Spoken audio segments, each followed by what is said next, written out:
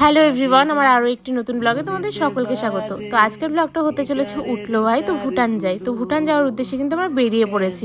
হঠাৎ করে প্ল্যান হলো চা খেতে বেরোবো। তো কোথায় যাব না যাবো ভাবতে ভাবতে ঠিক হলো ভুটান যাওয়ার।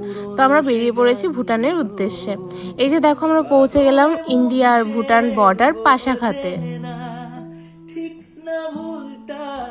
আর ভুটানে পৌঁছে আমরা অর্ডার করলাম গরম গরম চা।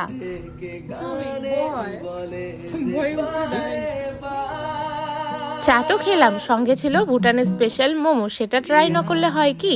তারপর আমরা চলে গেলাম পাশাখার একটা রেস্টুরেন্টে।